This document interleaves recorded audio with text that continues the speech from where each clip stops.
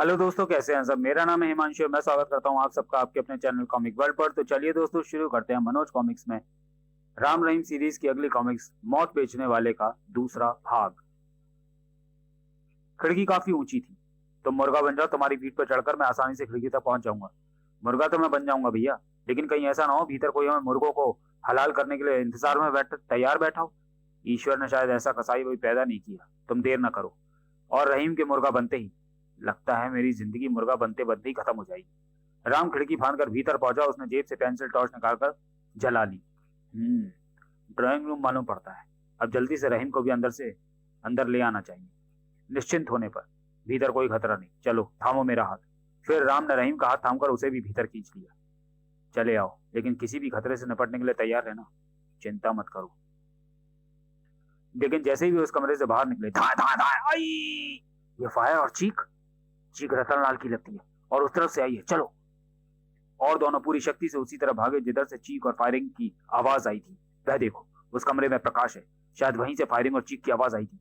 लेकिन जब वे दोनों उस कमरे में प्रविष्ट हुए, सेठ रतनलाल, ओह नो, तभी धाय धाय बचो, उफ। राम रहीम ने खतरे का आभास पाते ही गजब की फुर्ती के साथ अपने स्थान से छलांग लगाई और एक अलमारी की ओट में सुरक्षित पहुंचते ही राम ने उस हत्यारे को लक्ष्य लेकर एक साथ कई फायर उस पर झोंक मारे। लेकिन हत्यारा गोलियों से बचता हुआ पलट कर बाहर की ओर भाग खड़ा हुआ। कमबख्त भाग रहा है। राम और रहीम भी अपने अपने स्थान से निकलकर उसके पीछे लपके। बचकर ना जाने पाए भैया। अब उसके लिए यह असंभव है। हत्यारा कोठी से निकलकर मेन गेट की ओर दौड़ा, जो इस समय खुला हुआ था। ओह, द्वार खुला है, लेकिन मैं उसे बचकर जाने नहीं दूंगा। उफ, लगता है वो भाग निकलने में सफल हो जाएगा। अगले पल राम ने दौड़ते दौड़ते ही हवा में एक जबरदस्त छलांग लगाई, वो मारा और हत्यारा धरती पर दूर तक लुढ़कता चला गया। फिर इससे पहले कि वो उठकर खड़ा हो पाता, रहीम उसके सीने पर चढ़ बैठा। बस बस बच्चे, बहुत हो चुका। यदि अब ज्यादा चालाकी दिखाने की कोशिश की तो चेहरे पर जहन्नुम का नक्शा बना दूंगा। शाबाश रहीम। फिर शीघ्र ही राम भी उसके निकट पहुंच गया। बताओ, तुमने रतनलाल का खून क्यों किया? जाली करेंसी छापने वाला और नकली दवाइयां बनाने वाला कौन है? नहीं नहीं, मैं कुछ नहीं बता सकता। यदि मैंने कुछ भी बताया तो बॉस मुझे जान से मार देगा। और यदि नहीं बताओगे तो हम भी तुम्हारा वैसा ही हाल कर देंगे जैसा तुमने रतनलाल का किया है। उफ, कड़ाक। रहीम द्वारा की गई जबरदस्त पिटाई से आके का हत्यारे को घुटने टेकने ही पड़े। ठहरो, मुझे मत मारो, मैं सब कुछ बताने के लिए तैयार हूं। शाबाश, तो फिर जल्दी से शुरू हो जाओ। परंतु इससे पहले कि हत्यारा एक शब्द भी मुंह से निकाल पाता, तभी गेट के बाहर खड़ी एक कार से गोलियों की बौछार हुई और था था था आई। गोलियां बरसाने के बाद वह कार तेजी से आगे बढ़ गई। राम रहीम पूरी गति से बाहर खड़ी अपनी मोटरसाइकिल की ओर लपके। कमबख्त भाग रहा है। हमें उसे हर कीमत पर पकड़ना है, वरना अपराधी तक पहुंचने के सारे मार्ग बंद हो जाएंगे। परंतु अपनी मोटरसाइकिल के निकट पहुंचते ही दोनों ने अपना सिर पीट लिया। सत्यानाश, दोनों पहियों की हवा निकली हुई है। कौन? तब तक कार उनकी पहुंच से काफी दूर हो चुकी थी। उफ, कमबख्त निकल गया हाथ से। यह काम भी उसी सुअर का लगता है। जब वह कार राम रहीम की नजरों से ओझल हो गई, मेरे विचार से मैं तुरंत चीफ को सारी स्थिति से अवगत करा देना चाहिए। हाँ, यही उचित होगा। आओ। कुछ देर बाद राम रतनलाल की कोठी के भीतर ही एक कमरे में रखे फोन पर चीफ का नंबर मिला रहा था। अधर अचानक फोन की घंटी बजने से चीफ मुखर्जी की नींद टूट गई। ट्रेन ट्रेन 2 बजे, इतनी रात गए, किसका फोन हो सकता है? Hello, S Mukherjee is here. Hello chief uncle, ये मैं हूँ राम। ओह तुम, कहो क्या बात है? मिस्टर रतनलाल का एक बदमाश ने खून कर दिया और इस समय मैं रतनलाल की कोठी से बोल रहा हूँ। क्या? मैं अभी पहुंच रहा हूँ। सुनो, तुम इंस्पेक्टर श्याम को भी फोन कर दो ताकि वो फोटोग्राफर व एम्बुलेंस लेकर वहां पहुंच जाए। Okay chief. फिर फोन डिस्कनेक्ट करने के बाद चीफ मुखर्जी जल्दी से कपड़े बदलने लगे और कुछ देर बाद चीफ मुखर्जी के साथ साथ इंस्पेक्टर श्याम भी अपने दल बल के साथ सेठ रतनलाल की कोठी पर था। इंस्पेक्टर, अब इसमें कोई संदेह नहीं रहा कि रतनलाल नकली दवाई बनाने वाले गिरोह का एक एजेंट था और वह बदमाश भी उसी गिरोह का एक मुर्गा। यही बात लगती है। मेरे विचार से हमें कोठी की तलाशी लेनी चाहिए। हो सकता है कोई ऐसा सुराग हाथ लग जाए जो हमें मुख्य अपराधी तक पहुंचा दे। मैं भी यही कहना चाहता था। आओ भीतर चलें। इंस्पेक्टर श्याम ने तुरंत सिपाहियों को कोठी की तलाशी लेने का आदेश दिया और स्वयं चीफ मुखर्जी और राम रहीम के साथ उस कमरे में पहुंच गया जहां रतनलाल की लाश पड़ी। राम सिंह, फोटोग्राफर जब अपना काम निपटा ले तो दोनों लाशों को पोस्टमार्टम के लिए भेज देना। Yes sir. तभी तलाशी ले रहे सिपाहियों में से एक ने वहां प्रवेश किया। सर, नकली दवाइयां तो हमें नहीं मिली, लेकिन अंडरग्राउंड तहखानों में लाखों के नोट पड़े हैं। क्या? ओह। तुरंत चीफ मुखर्जी, राम रहीम और इंस्पेक्टर श्याम उस सिपाही के साथ ऐसे कमरे में पहुंचे जहां से तहखाने में जाने का मार्ग था। सर, संयोग से मेरा हाथ इस तस्वीर पर पड़ गया था, इसके घूमते ही ये गुप्त मार्ग निकल आया था। नीचे चलो। तहखाने में। अंकल, ये तो जाली नोट मालूम पड़ते हैं। 100% जाली हैं। माय गॉड, इसका मतलब ये हुआ कि रतनलाल जाली नोटों के धंधे में भी संलग्न था। हाँ, ये जाली नोट इस बात का स्पष्ट प्रमाण है अंकल। मेरे विचार से आपको तुरंत रतन मेडिको के कर्मचारियों को गिरफ्तार कर लेना चाहिए। मुझे विश्वास है कि उनसे आपको रतनलाल के नकली दवाइयों के स्टॉक का पता चल जाएगा। ठीक कहते हो राम, मैं अभी चलकर उन्हें गिरफ्तार करता हूँ। इंस्पेक्टर श्याम उसी समय कुछ पुलिस कर्मियों के साथ रतन मेडिको के कर्मचारियों को गिरफ्तार करने के लिए उनके घरों की ओर रवाना हो गए। रात काफी बीत चुकी है, मेरे विचार से अब तुम दोनों भी घर जाकर आराम करो। सुबह इंस्पेक्टर श्याम से तुम्हें सारी रिपोर्ट मिल जाएगी। Okay chief. आओ रहीम, चलें। चीफ से विदा लेकर राम रहीम ने निकट के ही टैक्सी स्टैंड से एक टैक्सी पकड़ी और अपने घर की ओर चल पड़े। अपनी मोटरसाइकिल उन्होंने वहीं छोड़ दी थी। मेरे विचार से रामनगर जाने का प्रोग्राम अब कैंसिल ही करना पड़ेगा। हो सकता है, लेकिन ये श्याम अंकल की कल मिलने वाली रिपोर्ट पर निर्भर करता है। उधर रतनलाल के हत्यारे का हत्यारा शहर के अंतिम छोर पर बने एक खूबसूरत बंगले पर पहुंचा और कार से उतरकर वह भीतर की ओर बढ़ा। सबसे पहले बॉस को सारी स्थिति से अवगत करा देना ही उचित होगा। बंगले के भीतर एक कमरे में पहुंचकर उसने गुप्त अलमारी से एक छोटा सा किंतु शक्तिशाली ट्रांसमीटर निकाला और अपने बॉस से संपर्क जोड़ने लगा। Hello hello, petro calling. Hello hello, wanted Blackman. शीघ्र ही पेट्रो के रहस्य बॉस ने अपने ट्रांसमीटर पर उसकी आवाज कैच की।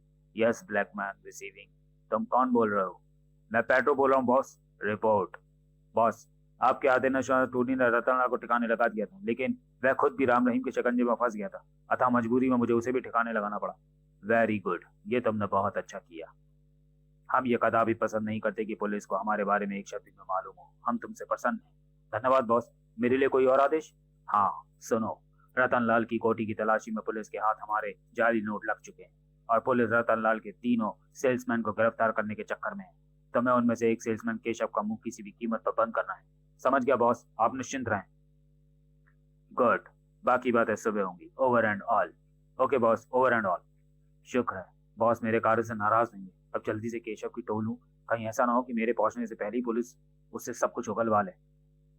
उधर इंस्पेक्टर श्याम ने भोर होने से पहले ही रतन मेडिको के तीनों सेल्समैनों को उनके घर से गिरफ्तार कर रतनलाल की दुकान पर छापा मारा और दुकान के नीचे ही बने एक अंडरग्राउंड तहखाने में पहुंचने में सफल हो गया। ओह माय गॉड, इतनी तादाद में नकली दवाइयां! फिर तमाम नकली दवाइयों की पेटियों को जब्त करने और दुकान को सील बंद करने के पश्चात इंस्पेक्टर श्याम तीनों सेल्समैनों को लेकर थाने पहुंचा।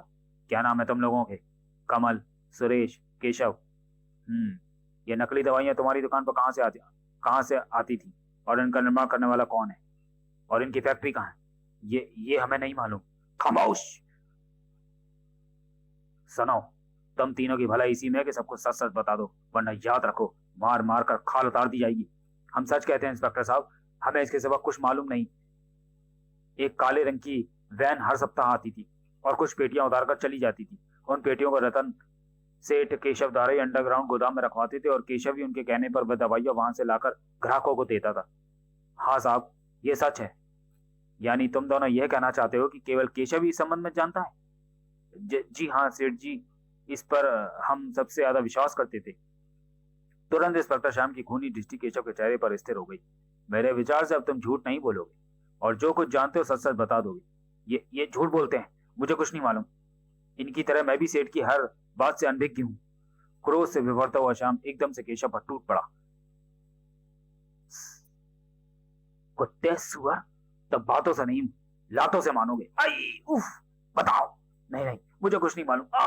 अब भी बता दो। उफ नहीं, हाय मरा। बोलो,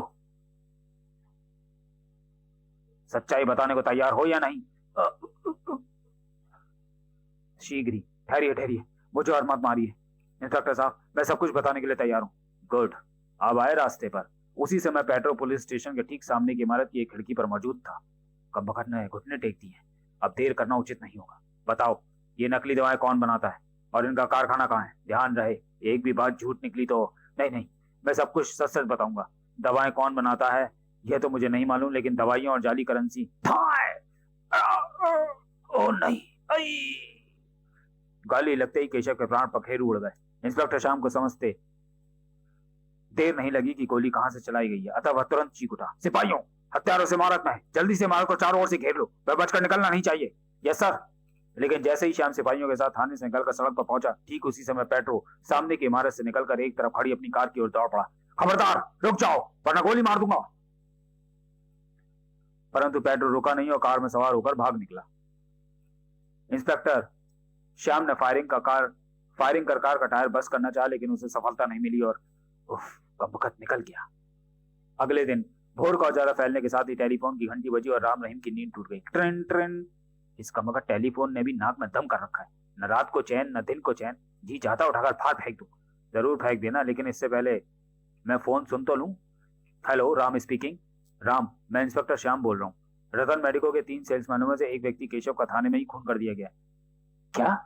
दूसरी ओर से पूरी बात सुनने के पश्चात इसका मतलब यह हुआ कि इन तीनों में से केशव को ही अपराधी के बारे में सब कुछ मालूम था, इसलिए उसे ही मार्ग से साफ कर दिया गया है। किसका फोन था भैया? इंस्पेक्टर श्याम का। रतन मेडिको के सेल्समैन केशव का थाने में ही खून कर दिया गया है। मरते हुए उसके मुंह से केवल राम ही निकला था। बेचारा, आखिर वह तुम्हारा यानी भगवान राम का नाम लेकर स्वर्ग सुधार गया। राम से मेरा अथवा भगवान राम का नाम ही नहीं बनता रही, बल्कि रामनगर भी बनता है। अरे, ये तो मैंने सोचा ही नहीं था। इसका मतलब ये हुआ कि अपराधियों का कोई ना कोई संबंध रामनगर से अवश्य है। बिल्कुल। अब तुम फटाफट तैयार हो जाओ, तब तक मैं चीफ अंकल को फोन कर दूं। उसके बाद हम तुरंत रामनगर के लिए रवाना हो जाएंगे। अब मैं कतई समय नष्ट करने के मूड में नहीं हूं। ठीक है, तुम फोन कर लो, मैं अभी तैयार होकर आता हूँ। साथ में एक अटैची भी तैयार कर लेना। ओके। चीफ से संबंध स्थापित होने पर राम ने उन्हें इंस्पेक्टर श्याम से हुई सारी बातचीत सुनाई। फिर अंत में बोला, इससे स्पष्ट हो जाता है चीफ कि अपराधियों का कोई ना कोई संबंध रामनगर से अवश्य है। अतः हम 11 बजे वाली ट्रेन से रामनगर के लिए रवाना हो रहे हैं। ठीक है मेरे बच्चों, तुम मुझे वॉइस ट्रांसमीटर पर हर पल की रिपोर्ट देते रहना, लेकिन सावधान रहना। हो सकता है अपराधी तुम्हें भी अपने मार्ग का कांटा समझकर ठिकाने लगाने की कोशिश करें। आप चिंता न करें चीफ, हम अपनी हिफाजत करना खूब अच्छी तरह जानते हैं। इसी के साथ दूसरी ओर से संबंध विच्छेद हो गया। उधर पेड्रो अपने बंगले में ट्रांसमीटर पर अपने बॉस को रिपोर्ट दे रहा था। बॉस, मैंने केशव को खत्म कर दिया है। कमबख्त इंस्पेक्टर श्याम ने तो मुझे घेरने की काफी कोशिश की थी, लेकिन मैं जानता हूँ पेड्रो, निसंदेह मुझे तुम पर गर्व है। एक तगड़े इनाम के हाथ से तुम हकदार हो।